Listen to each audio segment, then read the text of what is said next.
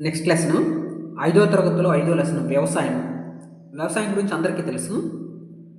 దీంట్లో మనకి తెలియని పాయింట్లు కొంచెం తక్కువ ఉంటాయి, అన్నీ తెలిసిన పాయింట్లే ఉంటాయి. నేను తెలిసిన పాయింట్ల గురించి తక్కువ ఎక్స్ప్లెయిన్ చేస్తాను. నీటిపారుదల, పొలానికి నీటి సరఫరా చేయటము, దీన్ని వ్యవసాయం అంటారు, అందరికీ తెలిసిందే. వరి సాగుకి నీరు ముఖ్యమైన వనరు, అందుకే వరిని నీటి ఆధారిత పంట అంటారు. ఈ వరికి నీటిని సరఫరా చేయడానికి వ్యవసాయానికి 4 రకాల పద్ధతులు ఉన్నాయి. అదేంటంటే క్షేత్ర నీటిపారుదల, చాలు నీటిపారుదల, స్ప్రింక్లర్ నీటిపారుదల, బిందు సేద్యము. ఈ 4 ద్వారా క్షేత్రానికి, పొలాలకి నీటిని సరఫరా చేయడం జరుగుతుంది. అందులో వచ్చేసరికి ముఖ్యమైనవి ఈ 4. క్షేత్ర నీటిపారుదల. క్షేత్ర నీటిపారుదల అంటే అర్థం ఏంటంటే వర్షపాతం తగినంత లేనప్పుడు ఈ క్షేత్ర నీటిపారుదలను ఉపయోగిస్తారనమాట. నెక్స్ట్ చాళ్ళు, కందకాలు తవ్వి అంటే కాలువలు తీసి నీటిని సరఫరా చేస్తారు, అది చాలు నీటిపారుదల. నెక్స్ట్ ఇది ఇంపార్టెంట్, చెప్పుకోదగింది. నియంత్రిత పద్ధతిలో ప్రత్యేకమైన పైపుల ద్వారా వర్షం వలె నీటిని చల్లుతారు, ఏదంటే స్ప్రింక్లర్ నీటిపారుదల. నియంత్రిత పద్ధతిలో ప్రత్యేక పైపుల ద్వారా వర్షం వలె నీటిని చల్లేది స్ప్రింక్లర్. నెక్స్ట్ గొట్టానికి చిన్న చిన్న రంధ్రాలు చేసి నేలపై ఉంచుతారు. వాటి ద్వారా ఏమవుతుందంటే నీరు ఈ రంధ్రాల ద్వారా నేరుగా పంట మొక్క వేర్లకు చేరుతుందన్నమాట.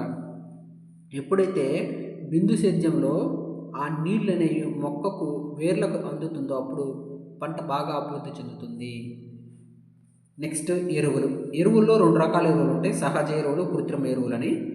మొక్క యొక్క పెరుగుదలకు, పంట దిగుబడికి నేల సారంపై ఆధారపడుతుంది. ఈ మొక్క పెరుగుదల అనేది, పంట దిగుబడి అనేది నేల సారంపై ఆధారపడుతుంది. ఈ నేల సారవంతంగా లేకపోతే అప్పుడు ఎరువులను ఉపయోగిస్తారు. ఈ ఎరువులను ఉపయోగించడం ద్వారా పంట పెరుగుతుంది అండ్ దిగుబడి కూడా బాగా వస్తుంది. ఈ ఎరువులు ఎన్ని రకాలంటే 2 రకాలు. ఒకటి సహజ ఎరువులు, 2 రసాయనిక ఎరువులు. ఈ సహజ ఎరువులు ఏంటంటే కంపోస్టు, మొక్క అవశేషాలు, ఆవు పేడ, జంతువుల విసర్జితాల నుంచి తయారు చేస్తారు ఈ సహజ ఎరువులని. ఈ రసాయన ఎరువుల్ని రసాయనాలుగా తయారు చేస్తారు. ఇవేం చేస్తాయంటే రసాయనాలు నేలలో ఉండిపోయి నేల సారాన్ని తగ్గిస్తాయి. నెక్స్ట్ సస్యరక్షణ అంటే దీని గురించి చెప్పుకుందాం. ఫస్ట్ గొంగళి పురుగు మాతుగా మారి పంటను నాశనం చేస్తుంది. గొంగళి పురుగు ఏం చేస్తుందంటే మాతుగా మారి పంటలు నాశనం చేస్తుంది. వివిధ దశల్లో కూడా పంటను నాశనం చేస్తుంది గొంగళి పురుగు అనేది. నెక్స్ట్ పరాగ సంపర్కంలో ప్రముఖ పాత్ర వహించేవి సీతాకోకచిలుకలు, తేనెటీగలు. పరాగ సంపర్కంలో ప్రధాన పాత్ర పోషిస్తాయన్నమాట సీతాకోకచిలుకలు, తేనెటీగలు. ఈ బిట్ ఎప్పుడైనా అడిగితే ఎలా అడుగుతాడంటే సీతాకోకచిలుకలు, తేనెటీగలు ఎందులో ప్రముఖ పాత్ర వహిస్తాయి అంటే పరాగ సంపర్కంలో ప్రముఖ పాత్ర వహించేవి ఏవి అంటే సీతాకోకచిలుక, తేనెటీగలు. సీతాకోకచిలుక జీవిత చరిత్ర ఏంటంటే గుడ్డు నుంచి గొంగళి పురుగు వస్తుంది. గొంగళి పురుగుని లార్వా అంటారు. ఇది ప్యూపాగా మారుతుంది. ప్యూపా నుంచి సీతాకోకచిలుక వస్తుంది. ఈ సీతాకోకచిలుకని ఇమాగో అంటారు. కప్ప యొక్క జీవిత చరిత్ర. కప్ప ఏం చేస్తుందంటే కాలువల్లో, కుంటల్లో, చెరువుల్లో గుడ్లు పెడుతుంది. ఈ గుడ్ల సమూహము తోక కప్పలుగా మారుతుంది. ఈ తోక కప్పనే టాడ్పోల్ లార్వా అంటారు. ఈ తోక కప్ప కాస్త కాళ్ళు కలిగిన కప్పగా మారుతుంది. ఈ కాళ్ళు కలిగిన కప్పని టాడ్పోల్ అంటారు. ఈ చిన్న కప్పలుగా మారుతాయి. ఈ చిన్న కప్పలు కాస్త కప్పగా మారుతుంది. దీన్నే ప్రౌఢ కప్ప అంటారు. అండ్ నెక్స్ట్ కప్పలు టాడ్పోల్గా ఉన్నప్పుడు అవి శైవలాలను తిని నీటిని శుభ్రంగా ఉంచడంలో సహాయపడతాయి. ఈ బిట్టు ఇక్కడ ఇంపార్టెంట్, చెప్పుకోదగింది. ఎందుకంటే శైవలాలను తినే కప్పలు ఏవి అంటే టాడ్పోల్ కప్పలు. కప్ప టాడ్పోల్గా ఉన్నప్పుడు అవి శైవలాలను తింటాయి. ఈ శైవలాలను తినడం వల్ల అక్కడ నుండి నీరు శుభ్రంగా ఉంటుంది. ఈ లైన్ బాగా గుర్తుపెట్టుకోండి, ఈ లైన్ ఇంపార్టెంట్. నెక్స్ట్, ఇవి కప్పలుగా ఎదిగినప్పుడు కీటకాలను తిని ప్రదేశాలని కీటకరహితంగా ఉంచుతాయి. ఎప్పుడైతే ఈ చిరుకప్పలు ఉన్నాయో కప్పలుగా ఎదిగినప్పుడు అక్కడున్న చిన్న చిన్న పురుగులు తింటాయి. మీరు ఇళ్ళ దగ్గర చూసే ఉంటారు, కప్పలు పురుగులను తింటాం. దీని గురించి తెలుసుకోవాల్సిన అవసరం లేదు, జనరల్గా తెలిసిన విషయాలనే పుస్తకంలో ఇవ్వడం జరిగింది. నెక్స్ట్, పర్యావరణం దెబ్బతినడం గురించి తెలియజేయడంలో కప్పలు సీతాకోకచిలుకలు మంచి సూచికలుగా పనిచేస్తాయి. పర్యావరణం దెబ్బతినడం గురించి తెలియజేయడంలో కప్పలు సీతాకోకచిలుకలు మంచి సూచికలుగా ఉపయోగపడతాయి. రసాయనాల కాలుష్యానికి ఇవి ఎక్కువ ప్రభావితం అవుతాయి. నెక్స్ట్, క్రిమిసంహారకాలు ఉపయోగించడం వలన వీటి ఉనికి దెబ్బతింటుంది. ఈ కప్పలు సీతాకోకచిలుకల యొక్క ఉనికి దెబ్బతినకుండా ఉండాలంటే ఈ క్రిమిసంహారకాలను ఉపయోగించకుండా ఉండాలి.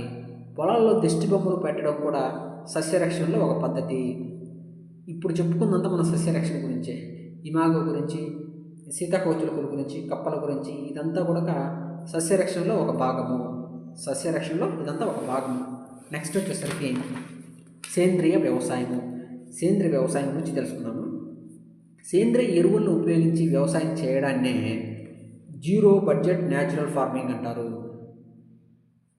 ZBNF అంటే జీరో బేస్డ్ న్యాచురల్ ఫార్మింగ్. దీనికి అబ్రివేషన్ అడుగుతారు ఎప్పుడైనా టెట్లో కానీ డిఎస్సిలో కానీ అడగదగ్గ ప్రశ్న ఏదంటే ఇది ZBNF అంటే జీరో బేస్డ్ న్యాచురల్ ఫార్మింగ్. దీన్నే సేంద్రియ ఎరువులను ఉపయోగించి వ్యవసాయం చేయడాన్ని జీరో బడ్జెట్ న్యాచురల్ ఫార్మింగ్ అంటారు. దీంట్లో 4 పాయింట్లు చెప్పుకోదగినవి. వీటిని ఎలా అడుగుతారంటే కానిదేది అని అడుగుతారు, అయినదేది కానిదేది అని అడుగుతారు. నీటిని పొదుపు చేస్తాయి, నేల కోతను తగ్గిస్తుంది, నేల సారాన్ని పెంచుతుంది, తక్కువ శక్తిని ఉపయోగిస్తాయి. ఈ 4 గుర్తుపెట్టుకోండి. కింద సేంద్రియ వ్యవసాయానికి సంబంధించినది కాదు అని అడుగుతారు. అప్పుడు ఈ 4 ఇచ్చి ఈ 4 3 ఇచ్చి 4 కొట్టిస్తాడు, లేదా నీటిని పొదుపు చెయ్యదు అని ఇస్తాడు.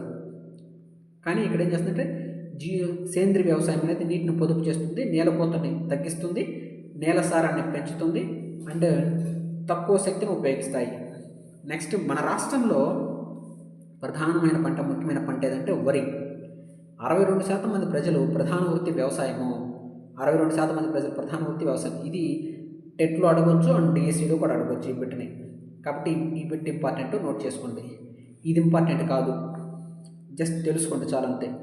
జొన్నలు, సజ్జలు, మొక్కజొన్న, రాగులు, వరి, చిరుధాన్యాలు, పప్పులు, పొగాకు, పత్తి, చెరుకు మొదలైనవి మన రాష్ట్రంలో ముఖ్యమైన పంటలు. మన రాష్ట్రం ముఖ్యమైన పంటలు అనేవి అందరికీ తెలుసు, ఏది పండిద్దో ఏది పండుగ. ఇది ఒకటి ఇస్తాడు, కింద కాఫీ అని ఇస్తాడు. కాఫీ మన రాష్ట్రంలో ఎక్కువగా ఎక్కడ పండుతుంది? ఎక్కడో అరకులో పండుతుంది. ఎక్కడో ఒక చోట పండేదాన్ని ఎక్కువగా పండే పంట అనరు. ఓకేనా? నెక్స్ట్, చిరుధాన్యాలను సాగు చేయట అంటే ఏంటంటే, చిరుధాన్యాలు అంటే ఏంటంటే కొర్రలు, అండ్రు కొర్రలు, సామలు, అరికెలు, ఊదలు మొదలైన వాటిని చిరుధాన్యాలు అంటారు. ఇవి కూడా మన రాష్ట్రంలో పండిస్తారు. అరికెలని, సామలు, కొర్రలు కూడా కొన్ని చోట్ల పండిస్తారు. ఒకే చోట కాదు, కొన్ని చోట్ల పండిస్తారు. మా దగ్గర కూడా పండిస్తారు. కొర్రలను పండిస్తారు, సామలను పండిస్తారు, అరికెల్ని, ఊదల్ని ఇవి పండిస్తారు. ఎక్కడైతే వర్షపాతం తక్కువగా ఉంటుందో అక్కడ ఈ పంటలు పండుతాయన్నమాట. వర్షపాతం ఎక్కువగా ఎక్కడ ఉంటుందో అక్కడ ఈ వరి, ఈ చెరుకు వీటిని పండిస్తారన్నమాట. నెక్స్ట్, వరి, గోధుమ, చిరుధాన్యాలు ఉత్పత్తి చేయడంలో భారతదేశం 2వ స్థానంలో ఉంది. ఎన్నో స్థానంలో ఉంది? 2వ స్థానంలో ఉంది. ఇది కూడా ఎగ్జామ్లో అడగదగిన బిట్టు. వరి, గోధుమ, చిరుధాన్యాలు ఈ మూడింటిని కూడా వరిలో 2వ స్థానము, గోధుమలో 2వ స్థానము, చిరుధాన్యాల్లో 2వ స్థానము. ఈ మూడిట్లలో కూడా ఉత్పత్తి చేయడంలో భారతదేశం 2వ స్థానంలో ఉంది. మనకు శక్తినిచ్చే ఆహార వనరు, ప్రధాన వనరు ఏదంటే ఆహారము. మనకు ఆహారంలో 5 రకాలమైన పదార్థాలు ఉంటాయి అన్నమాట. అవేంటంటే పిండి పదార్థాలు, ప్రోటీన్లు, కొవ్వులు, ఖనిజ లవణాలు, విటమిన్లు. వీటి గురించి ఒక్కొక్క దాని గురించి తెలుసుకుందాము. శక్తినిచ్చే ఆహారము. వేటి ద్వారా శక్తినిస్తుందంటే పిండి పదార్థాలు. ఈ పిండి పదార్థాలు మనకు శక్తినిచ్చే ఆహారంలో ముఖ్యమైనవి. పిండి పదార్థాలు అనేవి మనకు శక్తినిచ్చే ఆహారంలో ముఖ్యమైనవి పిండి పదార్థాలు. ఈ పిండి పదార్థాలు వేటి నుంచి లభిస్తాయంటే మనకి వరి, గోధుమ, మొక్కజొన్న, జొన్న, చిరుధాన్యాలు, బంగాళాదుంపలు, బెల్లము, చిలకడదుంప. ఇది చాలా ఇంపార్టెంట్.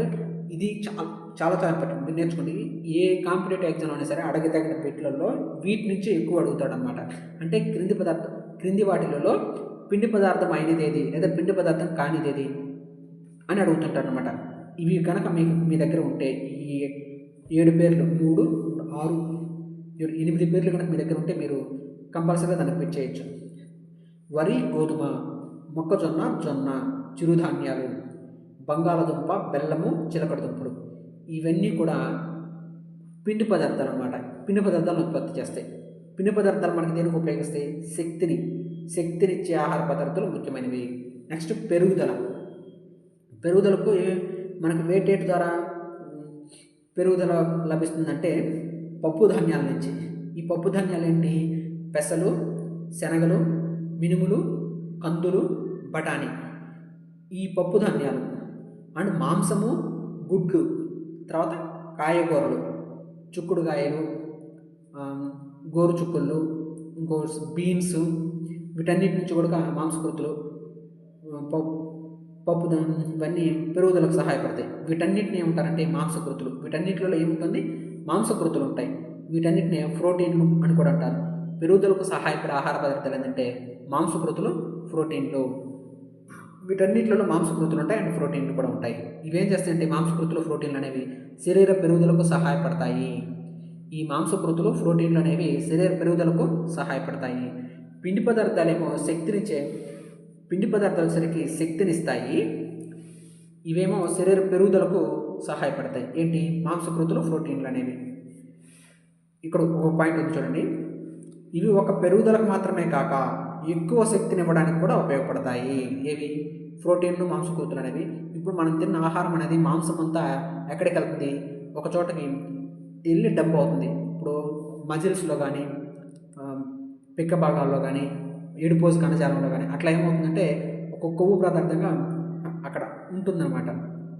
అక్కడ ఉన్నది ఏమవుతుంది? శక్తిని మళ్ళీ మన ఫుడ్ తిన్నప్పుడు అవి ఉపయోగించుకుంటాయి అన్నమాట. సో ఒక పెరుగుదలకు మాత్రమే కాకుండా ఎక్కువ శక్తిని ఇవ్వడానికి కూడా ఉపయోగపడుతుంది అనమాట. నెక్స్ట్ ఆరోగ్యకరమైన ఆహారము.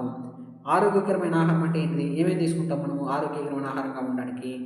పండ్లు, కూరగాయలు, ఆకుకూరలు, మొలకలు అండ్ పులిపెట్టిన ఆహారం, ఇడ్లీ, దోశ ఇవన్నీ కూడా శరీరానికి వ్యాధుల నుంచి రక్షిస్తాయి. గుర్తుపెట్టుకోండి. ఇవి శరీరానికి వ్యాధుల నుంచి రక్షించేది ఏంటంటే పండ్లు, కూరగాయలు, ఆకుకూరలు, మొలకలు, పులిపెట్టిన ఆహారం, ఇడ్లీ, దోశ ఇవి మాత్రమే శరీరాన్ని వ్యాధుల నుంచి రక్షిస్తాయి. కింద అడుగుతారు ఇవి 4 3 ఇచ్చి ఇంకొకటి పిజ్జా, బర్గరు ఇంకా అలా స్ట్రీట్ ఫుడ్ గురించి ఇస్తాడనమాట.